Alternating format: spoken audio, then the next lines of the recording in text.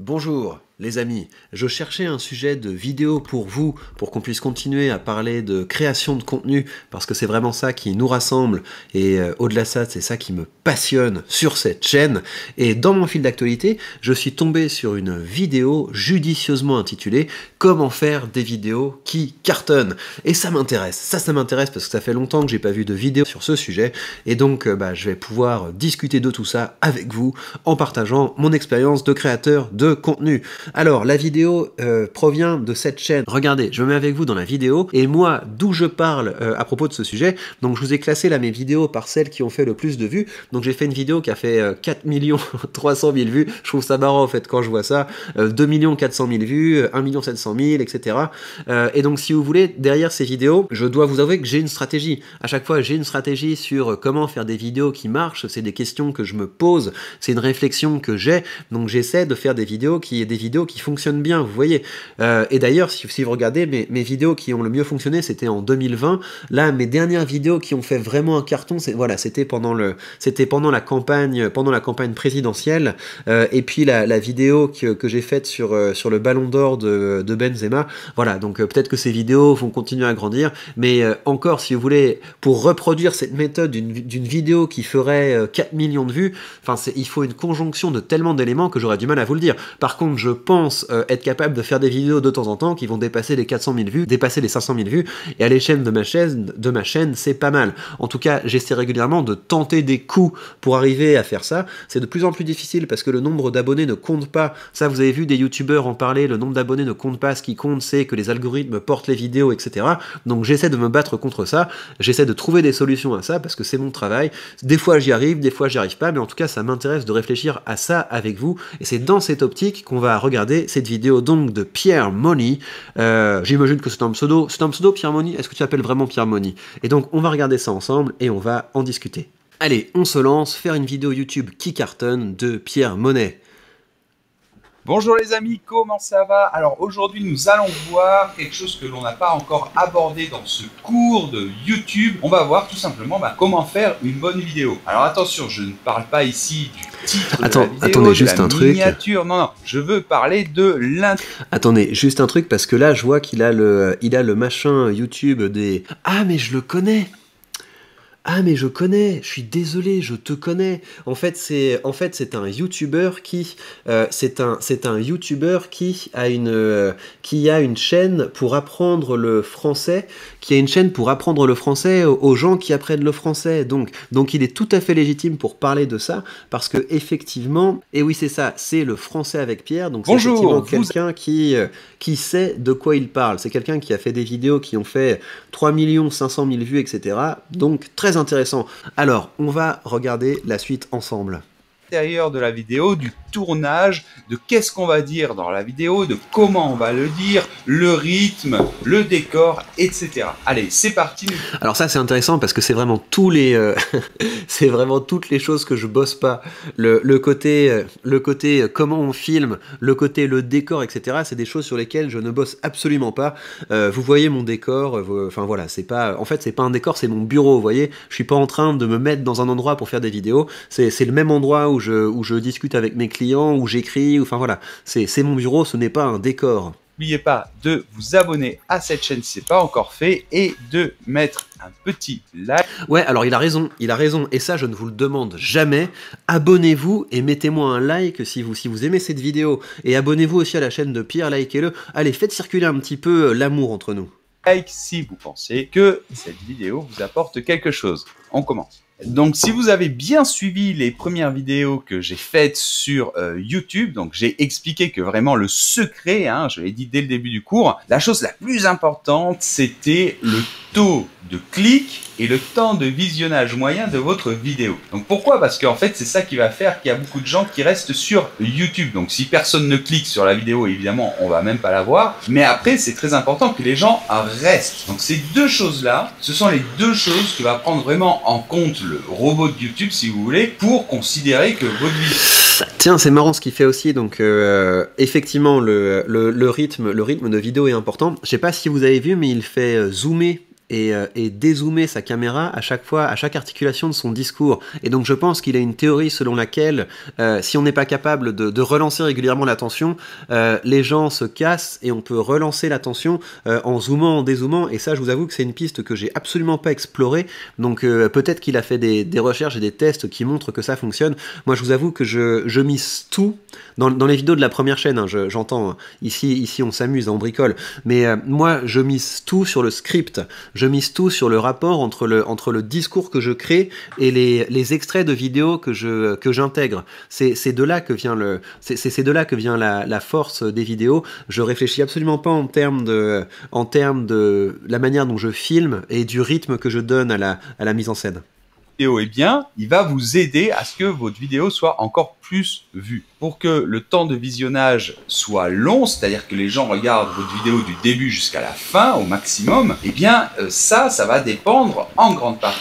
Je me demande s'il fait son montage, il pourra nous le dire s'il fait lui-même son montage, mais avec les trucs de zoom, de dézoom, enfin j'imagine que c'est des outils assez basiques, mais je me rends compte que je les exploite pas du tout. La manière dont je fais mes vidéos, c'est complètement artisanal, et peut-être effectivement je pourrais gagner quelques points en bossant en plus là-dessus. D'ailleurs ça m'intéresserait de faire ça. Et là-dessus, si vous voulez, c'est un des points positifs que je retire de ma discussion avec le philosophe, c'est que effectivement, lui a passé beaucoup de temps à réfléchir à la manière dont son contenu fonctionne, quelle tête ça a, à la dimension esthétique, et je serais assez chaud pour prendre un cours là-dessus, pour acheter un cours en ligne ou quelque chose qui m'apprenne, je sais pas, à utiliser quelques outils pour. Mais moi, ce qui est important, c'est que ce soit rapide. C'est que je pense que quand même la quantité de contenu qu'on est capable de publier est de plus en plus importante. Regardez par exemple le cas de Marketing Mania. Vous voyez la chaîne Marketing Mania, qui est une chaîne que j'aime beaucoup. Lui, il mise beaucoup sur le montage, en tout cas sur les extraits, sur le rapport qu'il fait entre les images, le discours, etc. C'est des vidéos qui, je pense, lui prennent beaucoup de temps à créer. Et le problème, c'est que vous avez un petit peu une baisse de ses performances au fil du temps, parce que s'appuyer sur une seule vidéo pour que sa chaîne soit relancée, pour que sa chaîne redécolle, c'est tellement aléatoire aujourd'hui que je pense que la capacité à publier régulièrement sur des sujets chauds bat la capacité à faire un travail soigné sur des vidéos qui sont des petits bijoux. Et c'est très dommage, hein, parce que quand on regarde les dernières, enfin en tout cas la dernière vidéo qu'il a publiée, même les 2 dernières vidéos qu'il a publiées, c'est des vidéos qui sont vraiment très bien, donc j'espère qu'elles vont décoller. Mais si vous n'avez plus Marketing Mania dans vos recommandations, dites-vous que c'est parce qu'il y a des évolutions de l'algorithme, mais qu'il est toujours là, enfin il publie peut-être un petit peu moins, et ses vidéos sont toujours excellentes, donc allez voir ça, vous n'allez pas perdre votre temps. Mais en tout cas, cette stratégie qui consiste à polisser ses vidéos et à travailler beaucoup sur le montage, c'est une stratégie qui devient de plus en plus risquée, parce que un petit peu à l'instar de TikTok, YouTube c'est devenu la loterie. Vos vidéos c'est devenu la loterie, et pour moi la seule stratégie qui marche encore, qui a encore une petite capacité prédictive sur le succès que peut avoir votre vidéo, c'est le sujet. Si voilà, par exemple, vous faites une vidéo sur l'affaire Norman, vous êtes à peu près sûr que ça va marcher, voilà, parce que tout le monde cherche ça. D'un côté, c'est un peu dommage, mais je pense aussi que c'est important de prendre en compte l'évolution du média pour pouvoir continuer de faire du contenu qui fonctionne. En tout cas, voilà, je serais assez chaud pour prendre un cours pour améliorer un petit peu la qualité de mes montages. J'ai pas envie de déléguer, je reçois tout le temps des messages de gens qui me demandent de déléguer les miniatures, le montage, le script, etc. J'aime faire des vidéos, pour moi c'est pas une usine, pour moi c'est vraiment un artisanat, je prends du plaisir à faire ça. Donc si vous avez une idée de cours qui me permettrait, voilà, 2-3 petits trucs qui me prendraient pas trop de temps pour faire des effets, qui rendraient les vidéos peut-être un peu plus sympas, ça m'intéresse. Mais ce qui m'intéresse aussi, c'est la théorie qu'il y a derrière. Pourquoi est-ce qu'un zoom, un dézoom, etc., ce serait censé être quelque chose qui marche? Est-ce que c'est pas juste, on l'a vu quelque part, donc on se dit que c'est bien, donc du coup on le refait? Est-ce qu'il y a une vraie réflexion derrière? Est-ce qu'il y a une vraie théorie derrière sur pourquoi est-ce que ça permet effectivement de... Enfin voilà, moi c'est ça qui m'intéresse. C'est quand on me dit, tiens, regarde, si tu fais un zoom dans cette direction par rapport à un zoom dans cette direction, ça veut dire telle chose, ça envoie tel message subliminal au public, ça m'intéresse. Connaître un petit peu la grammaire de la mise en scène, du montage, etc., ça m'intéresse beaucoup. Et vous voyez le flou que j'ai dans les termes mise en scène, montage, ça n'a absolument rien à voir. Enfin, vous voyez à quel point je suis mauvais dans tout le vocabulaire de la création. Moi, mon travail, c'est vraiment l'écriture. C'est là-dessus que je bosse. Écriture, c'est le discours. C'est ça mon métier. C'est pas tellement le côté vidéo.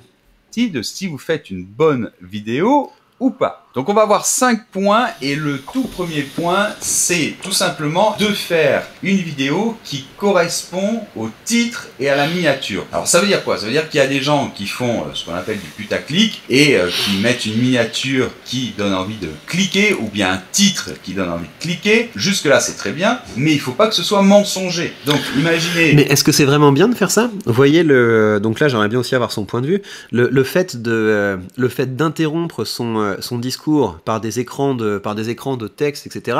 Je vois souvent ça sur Instagram, je vois souvent ça sur TikTok. Encore une fois, est-ce que c'est une mode ou est-ce qu'on a des preuves que ce sont des choses qui fonctionnent? Mais il faut pas que ce soit mensonger. Donc imaginez, vous voyez une miniature ou un titre et vous avez l'impression que ça va répondre à la question que vous posez depuis très longtemps, la question A, et vous cliquez, vous commencez à regarder la vidéo, vous voyez que ça n'a rien à voir et que ça traite du sujet B. Non seulement les gens vont partir tout de suite, donc le temps de visionnage moyen de la vidéo va être minable, et en plus les gens vont vous mettre certainement un dislike, ce qui va être encore pire. Deuxième conseil, c'est le début... Attends, deuxième conseil, donc son conseil c'est d'éviter de faire des vidéos racoleuses, donc effectivement ça me paraît être une bonne idée. Moi récemment j'ai réussi quand même à sauver une vidéo grâce à l'habillage. Si je vous prends le cas de mon iceberg de la rhétorique, qui doit être classé assez loin quand même dans mes vidéos. Donc vous voyez, hein, là je suis en train de travailler sur le quatrième épisode de l'iceberg de la rhétorique qui va porter sur la propagande. Je sais pas si je vais être capable de le publier ce dimanche, je préfère vraiment prendre le temps de lire des ouvrages, donc de toute façon ça va sortir, mais pas forcément dans l'immédiat.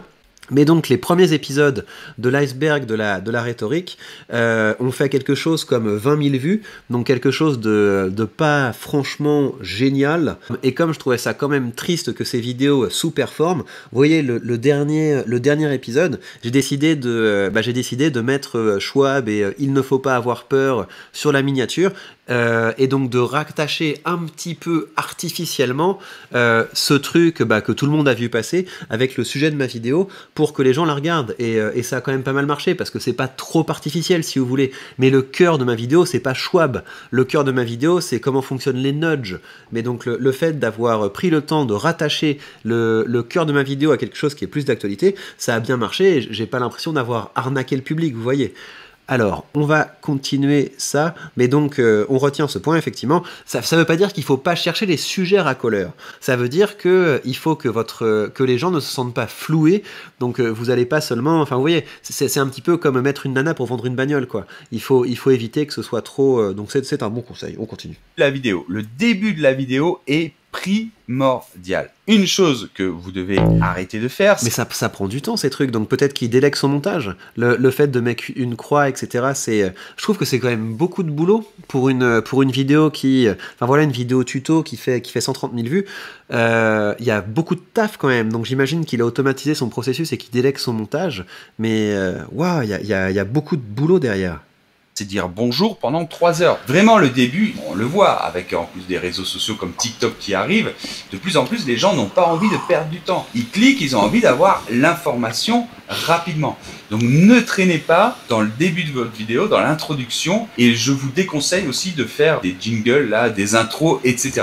Ça, c'est ce qui se faisait au début de YouTube, mais maintenant, tout le monde a plus ou moins arrêté. Donc, donc là, donc très intéressant. Moi, effectivement, j'ai un jingle sur mon émission Parle, sur mon format Parle. J'aime bien avoir la petite musique et le petit jingle, et c'est à voir. Effectivement, par exemple, le joueur du grenier, il a toujours le même générique, etc. Ça permet aussi de créer un petit feeling. Et une fois que vous avez un format canon, ce qui est intéressant, c'est que vous pouvez après en sortir. Par exemple, pour mon format iceberg, j'ai enlevé cette dimension jingle, et donc les gens ont l'impression d'être dans un... Enfin, une fois qu'on a créé un format canon, on peut jouer autour, et donc on peut déjouer les attentes, mais je vois ce qu'il veut dire, et donc c'est important effectivement de pas mettre des choses artificielles. Pour l'introduction des vidéos, il a raison. Moi, sur mon format principal, donc le format qui marche, on rentre direct dans le truc, et là, si je fais un peu des introductions à rallonge, enfin, vous vous en fichez au début de mes vidéos, quand je parle de mon café, etc., on s'en fiche complètement, mais ça c'est plus parce que ça c'est un contenu où on se pose. chose, où on prend du plaisir. C'est pas un contenu qui est optimisé pour l'efficacité, là, ce qu'on est en train de faire. C'est un contenu qui est plus pédagogique, où on réfléchit à un sujet qui nous plaît, parce que si vous êtes là, c'est que vous aimez la création de contenu. Et donc là, on n'est pas... enfin voilà, je suis pas en train d'essayer d'optimiser cette vidéo. Mais là, ce qu'il vous dit, il a raison. Et moi, c'est pour ça que j'ai séparé mes chaînes entre un format où j'essaie vraiment de viser l'efficacité, et là, des formats comme celui-là où je suis en train de prendre du plaisir. Là, je prends du plaisir. J'aime beaucoup parler de ça avec vous. Et là, effectivement, je ne fais absolument pas attention aux répétitions, à tout ce genre de choses. J'imagine que si vous êtes là, c'est que vous êtes passionné pour passer ce temps avec moi. Dès le début, vous traînez pas, vous pouvez dire un petit bonjour vraiment rapide, mais vous dites tout de suite de quoi est-ce que va parler la vidéo, et que ça donne envie de se dire « Ah ouais, c'est exactement ça, et j'ai envie de regarder la vidéo. » Alors moi, je dirais pas il faut dire ce dont va parler la vidéo. Je pense que là, c'est très important de faire une différence entre plusieurs choses. D'abord, il faut distinguer l'attention et l'intérêt. L'objectif du tout début de votre vidéo, c'est de capter l'attention. L'attention, c'est un niveau qui est plus basique, si vous voulez. L'attention, c'est des choses qui relèvent sur c'est bizarre, c'est étonnant, j'ai pas envie de passer à côté. Donc on est vraiment sur des choses qui sont très instinctives. Vous avez tous vu passer ça, ce genre de choses. Donc là, on est dans l'attention, et donc vous commencez par l'attention, et après vous changez l'attention en intérêt en instaurant un enjeu. Donc du type ce truc est extraordinaire.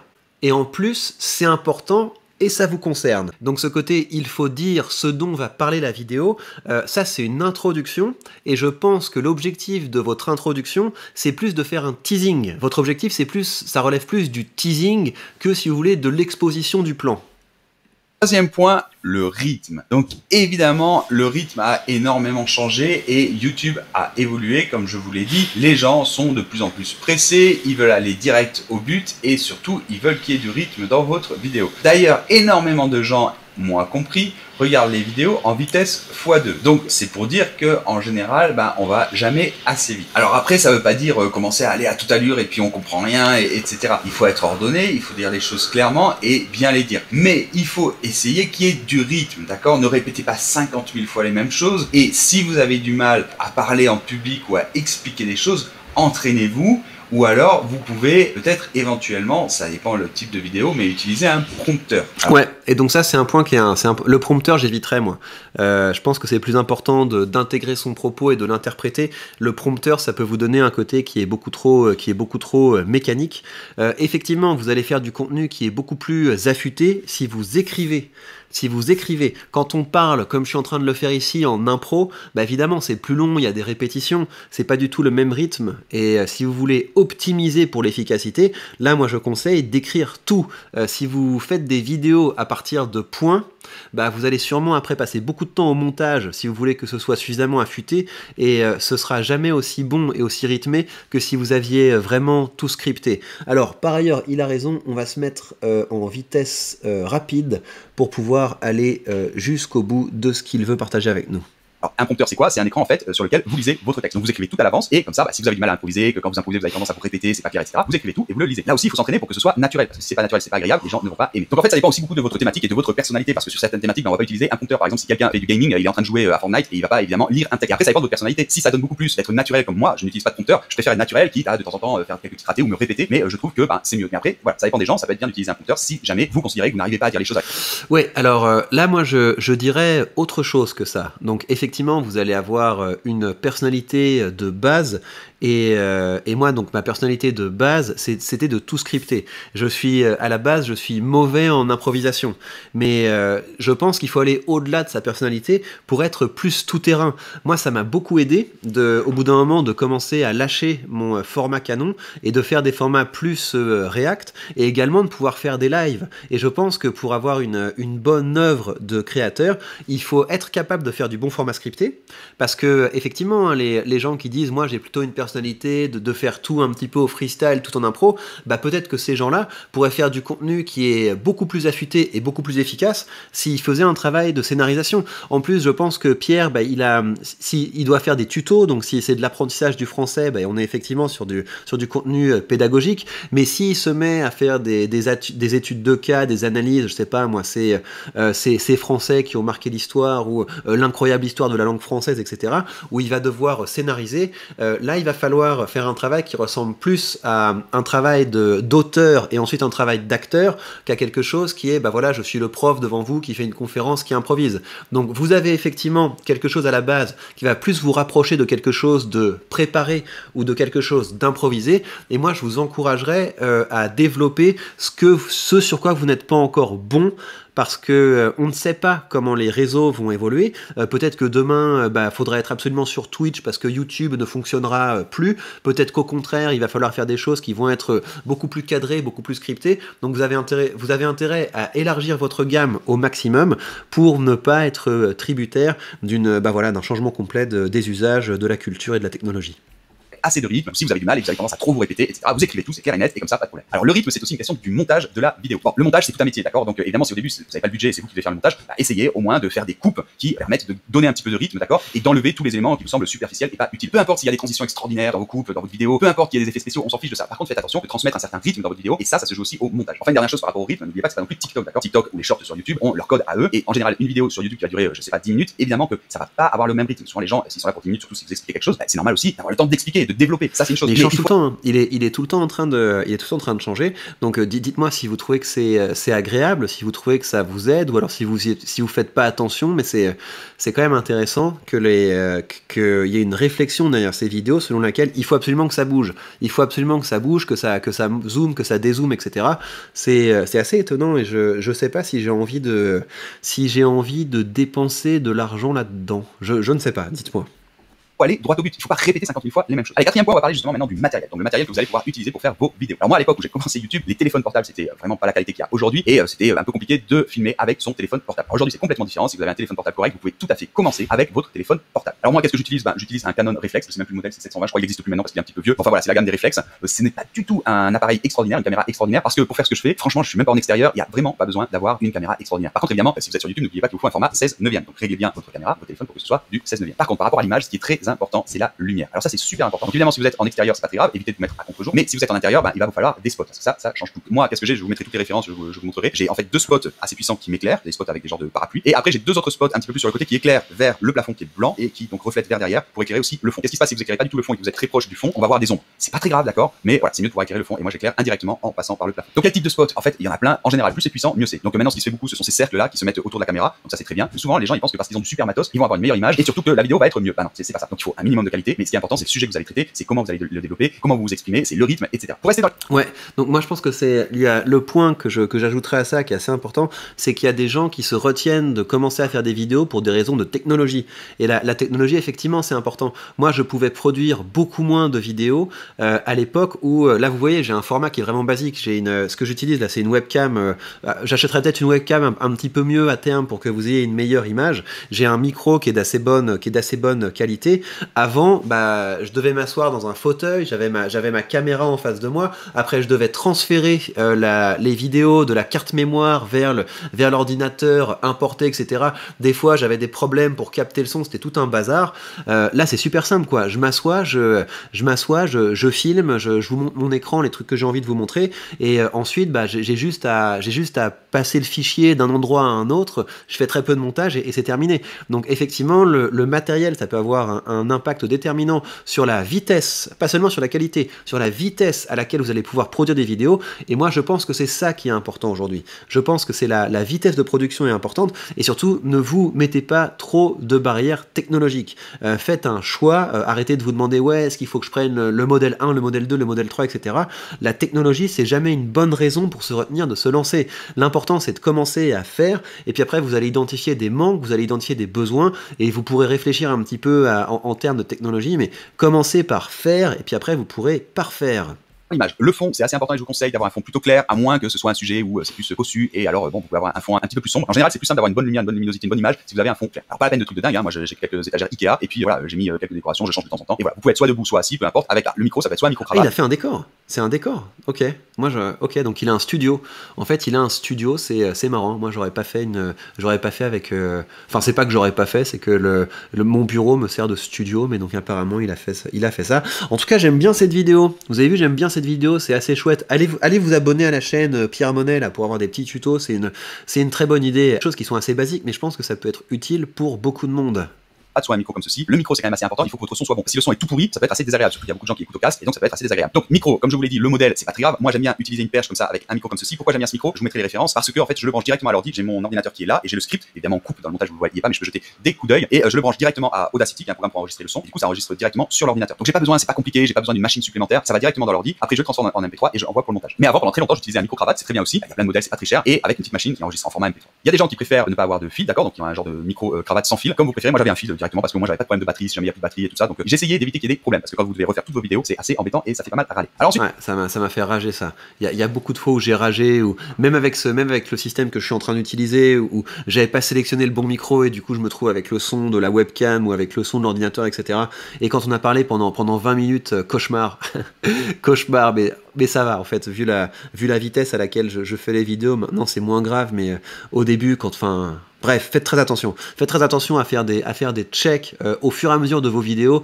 Voilà, ça vaut la peine de filmer en plusieurs fois et de vérifier. Oula, tiens, est-ce que j'ai bien pris ce que je voulais prendre? Parce que si vous faites tout en un coup et vous vous rendez compte qu'il y avait un bug, etc., c'est un peu trop triste. pour le montage vidéo, donc il y a plein de programmes de montage vidéo. Il y en a des gratuits qui sont tout à fait corrects, mais les plus utilisés c'est Final Cut Pro, celui de Mac, et sinon il y a Adobe. Beaucoup de gens utilisent Premiere d'Adobe, c'est peut-être le plus utilisé aujourd'hui. Mais bon, ça reste quand même des programmes qui sont assez compliqués et difficiles à manier au début, qui sont plutôt réservés pour les pros. Donc vous pouvez tout à fait au début utiliser un programme qui soit plus simple. Moi pendant assez longtemps j'ai utilisé un programme qui s'appelle Camtasia. Franchement pour ce que je faisais c'était largement suffisant, c'est hyper simple à utiliser. Le seul truc c'est que le prix est un petit peu élevé par rapport à ce que c'est. Je vous conseille de regarder un petit peu les concurrents pour voir s'il n'y a pas des prix qui soient plus avantageux, d'accord, parce qu'il y en a pas mal aussi qui sont gratuits et qui sont tout à fait corrects. Alors si vous êtes sur Mac, il me semble que Mac a un programme qui est gratuit. Ouais, alors moi je suis sur Mac et j'utilise iMovie et c'est extrêmement basique et j'ai pas besoin de quelque chose de plus compliqué parce que encore une fois, hein, tous les détails techniques, ça peut aussi être de la procrastination. Faites très attention à ça. Hein. Ce qui compte à la fin, c'est d'envoyer du contenu dans les tuyaux. Et donc si vous êtes en train de réfléchir quel logiciel, etc., peut-être que vous êtes en train de perdre un temps précieux que vous pourriez consacrer à produire plus, parce qu'encore une fois, ce qui compte, c'est le sujet et ce que vous êtes capable de dire dessus. Qui vient directement avec l'ordinateur, je sais pas s'il le fait encore, mais ce programme par exemple était tout à fait correct aussi. Et là encore, c'est pas le programme qui va faire la différence. Si vous êtes un bon monteur, vous allez réussir à faire une bonne vidéo. Surtout déjà, si à la base la vidéo est bien tournée, si vous êtes un bon monteur, vous allez pouvoir faire quelque chose qui est bien. Et c'est pas le programme qui va vraiment changer quelque chose. Vous allez couper au bon endroit, vous allez faire des transitions qui tiennent la route, etc. Et ce que je vous conseille de toute manière, c'est que dès que vous pouvez, si votre chaîne commence à bien marcher, un des premiers trucs à déléguer, c'est le montage vidéo. Allez, cinquième point, je voudrais dire un mot sur les call to action, c'est-à-dire abonne-toi, laisse un commentaire, mets un like ou explose le bouton like, etc. Donc ça c'est assez important de le dire dans chaque vidéo parce que en fait tout simplement les gens oublient. Moi quand je vois une vidéo, souvent je vois une vidéo qui est sympa, je me dis après j'ai oublié de mettre un petit commentaire ou j'ai oublié de cliquer sur le bouton like et voilà on oublie. Donc c'est assez important de le rappeler. Mais comme je l'ai expliqué dans d'autres vidéos de secours YouTube, il faut vraiment essayer de le faire au bon moment et que ce soit naturel. Donc faites attention, essayez de faire les choses naturellement, que ça arrive au bon moment. Je dis pas qu'il faut absolument le faire à tel moment ou à tel moment. Il y a des moments plus opportuns, j'en ai parlé dans une autre vidéo. Si vous voulez le faire au début, c'est bien parce qu'il y a plus de monde qui regarde votre vidéo. À la fin de la vidéo, évidemment, il y a presque plus personne, donc c'était pas terrible, mais en même temps ça gêne moins. Donc voilà, si vous voulez le faire au début de la vidéo, ne le faites pas juste au début. Au début, commencez à rentrer dans le vif du sujet et faites-le juste quand faites genre ouais, et donc ça c'est un truc en fait, je le fais jamais sur la chaîne principale parce que je trouve que ça interromprait le rythme de ce que j'ai envie de faire. Mais j'ai fait le test. J'ai fait le test sur la 3e chaîne pendant quelques semaines. Vidéo où je ne demande pas aux gens de liker versus vidéo où je demande aux gens de liker, c'est du simple au double. C'est du simple au double le nombre de gens qui mettent un like quand on demande de liker. Alors moi je pense que au-delà du fait de demander de liker, ça vaut la peine d'expliquer pourquoi.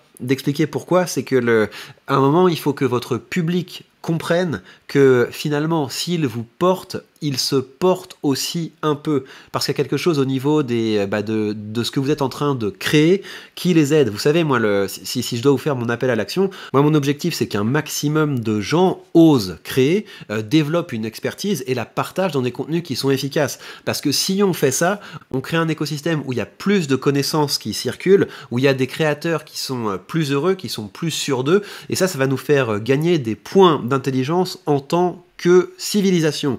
Et donc en likant cette vidéo, vont contribuer à améliorer cet écosystème. Donc n'oubliez pas de liker cette vidéo, c'est très important. Et en fait quand je dis ça, je rigole même pas. Hein. Je rigole même pas, je sais que si un maximum de gens sont motivés par mon contenu, je contribue à faire un monde dans lequel j'ai envie de vivre. Et donc moi je vous conseille de faire ce travail.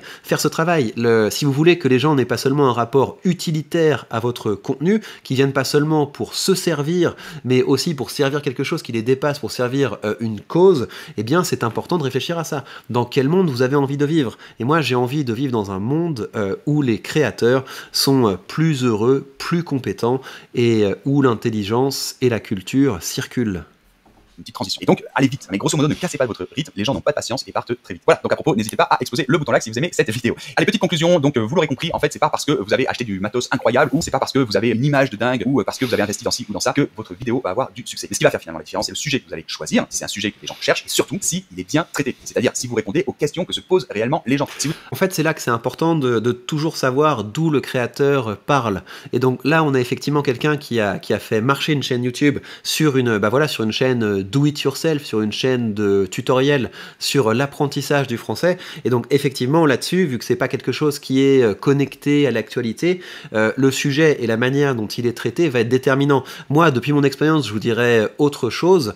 J'irai un petit peu plus loin dans ce que ça veut dire un bon sujet. Ça veut dire qu'il faut percer les secrets de ce qui est intéressant pour le public. Et j'ajoute ce qui est intéressant pour le public là, maintenant, tout de suite. Si on revient à mes vidéos qui ont le mieux marché, c'est parce que les sujets étaient chauds. C'est parce que les sujets étaient chauds, c'est parce que les sujets étaient au cœur de l'actualité. Et ça marche toujours. Regardez les succès de chaînes comme celle de Psychodélique dont je parle souvent. C'est des vidéos où il n'y a aucun travail sur le montage, sur la mise en scène. C'est juste des vidéos et même pas un travail sur la scénarisation ou sur l'écriture. Ce sont juste des vidéos qui réagissent de façon extrêmement réactive aux sujets qui sont là maintenant tout de suite. Et donc si vous voulez, ce que fait Psychodélique, c'est un petit peu une radicalisation de moi ce que je faisais sur ma chaîne principale. Sur ma chaîne principale, moi ce que je fais, c'est que je prends un sujet qui est dans l'actualité, qui est dans l'air du temps, mais quand même, je prends plusieurs jours pour travailler dessus et après j'envoie la vidéo dans les tuyaux et souvent le sujet est plus tellement chaud, ce qui explique que maintenant quand j'essaie de faire des vidéos de ce genre, ça marche un petit peu moins bien parce qu'il y a 15 personnes qui ont déjà parlé du sujet dans des contenus qui sont beaucoup plus faciles à produire. Donc je pense qu'aujourd'hui, choisir un bon sujet, c'est choisir un sujet qui est chaud, choisir un sujet qui est dans l'air du temps, mais encore une fois, vous voyez que là j'ai un point de vue différent, celui de Pierre, parce qu'on a des pratiques différentes, mais pour vous qui regardez, ce qui est important, c'est que vous ne vous enfermiez pas dans une seule voie pour ne pas vous retrouver dans la situation de ce créateur qui s'est enfermé dans une voie de garage et qui n'est habitué qu'à une seule chose, et après ses performances stagnent et il se dit c'est la faute du monde, c'est la faute des algorithmes, les gens sont bêtes, etc. Non, il faut régulièrement se réinventer, donc sachez qu'il y a plusieurs manières de se représenter ce qu'est un sujet intéressant et que ces manières peuvent évoluer régulièrement, d'où l'importance d'écouter différents sons de cloche. Dites je vais aborder le sujet A, que c'est un sujet qui intéresse énormément, mais vous passez complètement à côté de ce que réellement les gens attendent de vous, les questions qui se posent dans ce sujet A, mais votre vidéo va pas avoir de succès, et c'est normal. Si jamais les gens s'ennuient et que vous ne répondez pas. Ouais, et donc là, je pense que ce dont il parle, c'est persuader de revenir. Vous savez, moi, j'aime bien distinguer 4 formes de persuasion. Persuader de venir, donc persuader de venir, c'est tout le travail sur comment est-ce qu'on fait pour capter l'attention.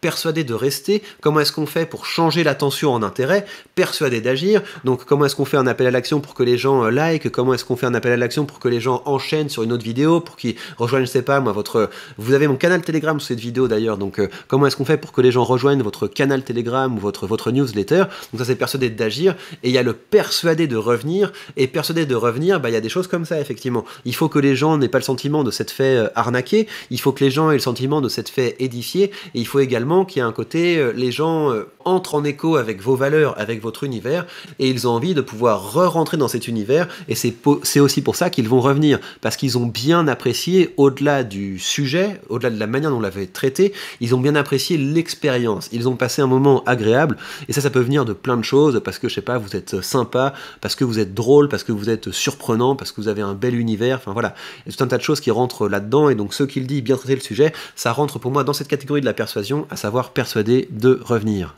Aux questions qui se posent rapidement, et bien là aussi les gens vont partir et c'est normal parce qu'il y a plein de concurrence et il y a des gens qui vont le faire mieux que vous. Donc ça veut pas dire si vous devez un petit peu développer un sujet qu'il faut faire une vidéo extrêmement courte à chaque fois. C'est pas toujours ça. C'est mieux qu'il y ait durée, c'est mieux de ne pas prolonger si ce n'est pas nécessaire. Mais si une vidéo, si c'est un tutoriel, je ne sais pas, sur un programme ou quelque chose comme ça, et vous avez vraiment besoin d'expliquer pendant une demi-heure pour être complet et pour bien expliquer, c'est pas grave si la vidéo dure une demi-heure. Ça peut être, par exemple, si c'est quelque chose qui peut être expliqué en 3 minutes, que la vidéo dure 15 minutes. Et après c'est aussi votre personnalité. C'est petit à petit vous allez être de plus en plus à l'aise devant la caméra. C'est que vous allez avoir un style qui va plaire et tout ça, ça se travaille petit à petit. Et j'en parlerai dans une autre vidéo de ce cours YouTube. Je vous embrasse très fort. N'oubliez pas de vous abonner à cette chaîne et on se retrouve dans les. Bon, très bien, c'était chouette. Je suis content d'avoir vu cette vidéo. Donc évidemment, Pierre, on t'embrasse. Je suis content d'avoir eu cette occasion, qu'on ait comme ça un petit échange à distance. N'hésite pas à faire une vidéo de réaction à ma réaction pour qu'on puisse continuer cette discussion. On pourrait également se faire un live ensemble pour discuter de création de contenu, ça me ferait très plaisir.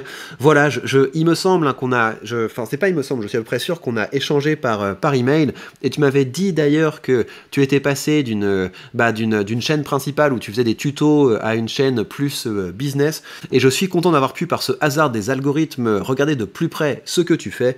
Salutations fraternelles, chers confrères créateurs. Quant à vous qui regardez, quelle est la meilleure façon de prouver que vous avez apprécié le temps que j'ai passé avec vous? Alors ça pourrait être de vous abonner, ça pourrait être de mettre un like, bien sûr ça me ferait plaisir.